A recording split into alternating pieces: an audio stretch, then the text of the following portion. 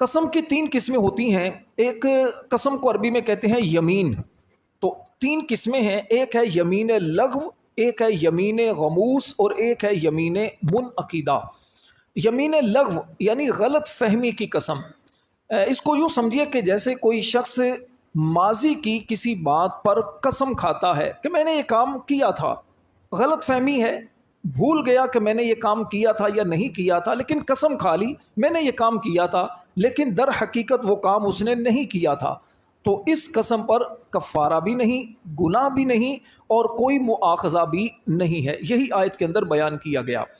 دوسری قسم ہے یمین غموس، یعنی جان بوجھ کر جھوٹی قسم کھانا کہ آپ ماضی میں مثلا کسی کا حق دبا چکے ہیں، کسی کے پیسے آپ نے دینے ہیں اور آپ قسم کھا لیں اللہ کی قسم میں نے تو نہیں دینے. آپ نے غلط کام کیا ہے یا کوئی بھی کام کیا ہے اور آپ کو پتا ہے میں نے یہ کام کیا ہے، لیکن آپ قسم کھا لیں میں نے تو یہ کام نہیں کیا. تو یہ ہے یمین غموس. یہ سخت گناہ ہے اور لیکن اس پر بھی کفارہ نہیں ہے. تیسرا ہے یمین منعقدہ.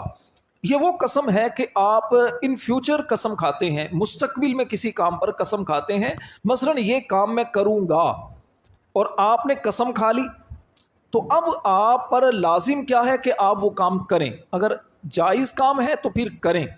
اب اگر آپ نے وہ کام نہیں کیا تو اب آپ نے قسم کو توڑ دیا. عربی میں اس کو کہتے ہیں حانث، قسم توڑنے والا. تو اب شریعت نے آپ پر کفارہ رکھا ہے. قرآن پاک کی آیات کے اندر اس کا کفارہ بیان کیا گیا.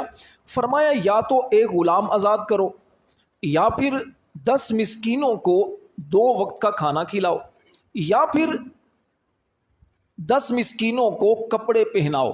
اچھا، یہ جو کھانا کھلانا ہے یا کپڑے پہنانے ہیں یہ درمیانی درجے کے، یعنی جیسا فرمایا تم اپنے گھروں میں کھانا کھاتے ہو اسی طرح کا کھانا ان مسکینوں کو کھلانا ہے.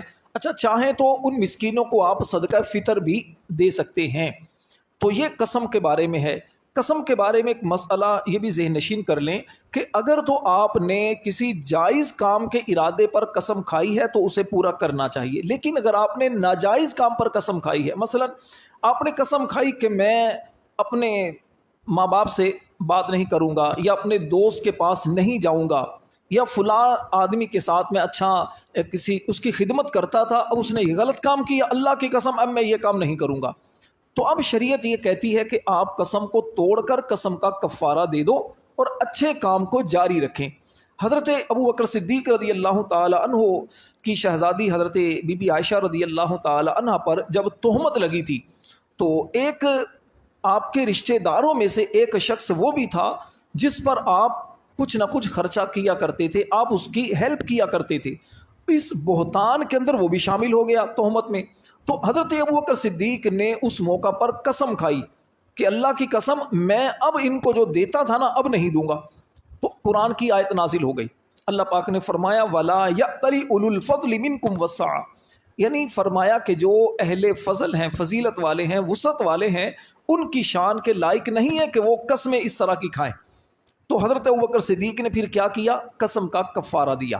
قسم کا کفارہ دے کر پھر آپ نے یہ جو دینے کا سلسلہ تھا اس کو جاری رکھا. تو اس لیے ہمیں بھی چاہیے کہ کبھی بھی جھوٹی قسمیں نہ کھائیں، جائز کام پر قسم کھائیں تاکہ اسے پورا کیا جائے. فرمایا کہ اللہ تعالیٰ اس طرح کی جو قسمیں ہیں اس پر تمہارا مؤاخذہ فرمائے گا.